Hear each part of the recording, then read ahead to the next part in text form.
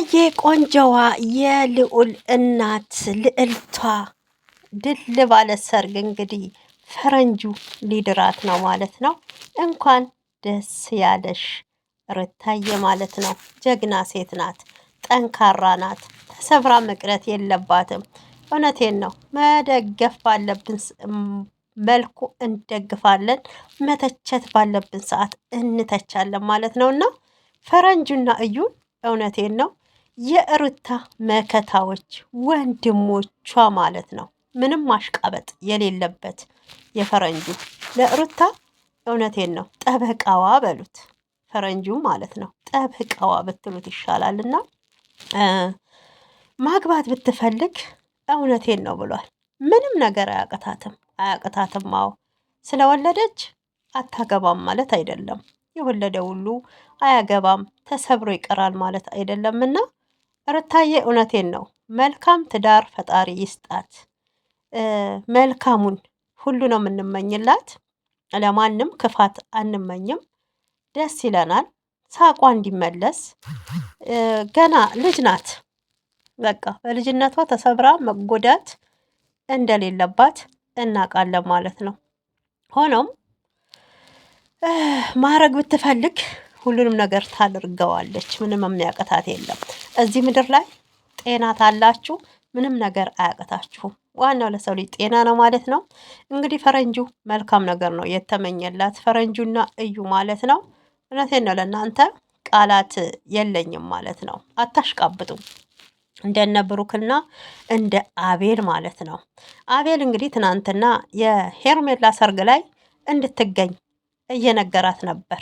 ያው እንግዲህ ሴት ስለሆነች ትቀናለች፣ ቅናት ቢጤ ይሰማታል ብሎ ነበረ።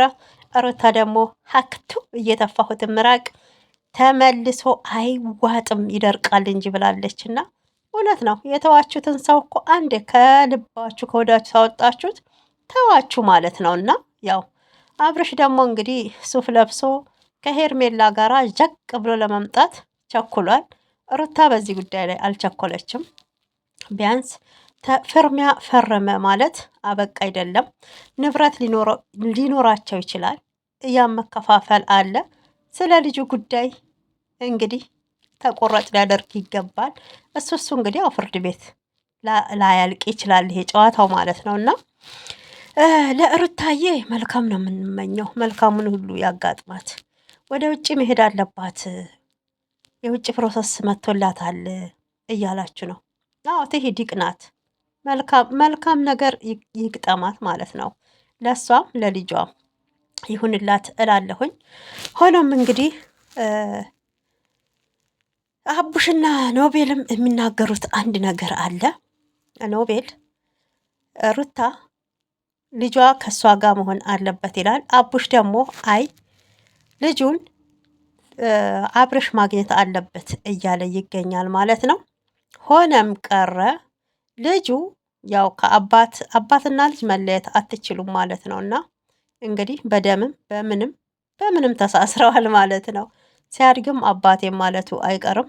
እንግዲህ በሶሻል ሚዲያ ላይ አይታችሁ ተሆነ ልጆች እንደዚህ በጉዲፈቻ በአንዳንድ ነገር እየሄዱ ልጆቻቸውን እየመጡ ወላጆቻቸውን እየመጡ የሚፈልጉት አይታችኋል። ስለዚህ አፋልጉኝም ብሎ ልጁ አባቱን ያውቃል ወደፊት ማለት ነው። እና ኖቤል የምትባለው ልጅ ብዙ ባትጨነቅ ስለ ልጁ ጉዳይ ደግሞ በልጅ ጉዳይ እያነሳችሁ እንዲህ የምትጨቃጨቁት ማለት ነው። እና የእሷም የደካማ ጎኗን ልጇን፣ ለአብርሽም የደካማ ጎኑ ልጁን እያነሳችሁ ሌላ አጀንዳ አትፍጠሩ። እውነቴን ነው።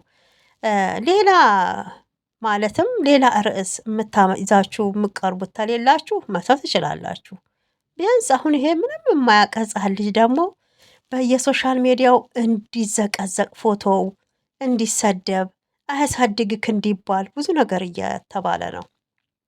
ሆነም ቀረም እንግዲህ እናትና ልጅ ገና ሕፃን ልጅ ነው ወይ 2 ወር ቢሆነው ነው እኔ ልጁ ብዬ ነው የምገምተው። ከዛ በላይ አይሆነውም። ስለዚህ ችግራችሁን ወይ ከአብርሽ ጋር ከሩታ ጋር መነጋገር እንጂ በሕፃኑ ዙሪያ እንዲድብን ጥብቅ ያለ ድርቅና ባታመጣ ኖቤል እላለሁኝ።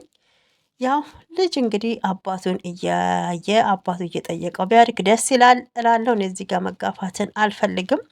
ሆኖም ብዙ ድካምና ልፋት ያየችው ሩታ ናት። እኔም ነፍሰ ጡር ሆኜ ወልጄ አምጬ አይቼዋለሁ። በልጅ የሚደራደር የለም ማለት ነው። ልጃችን ደካ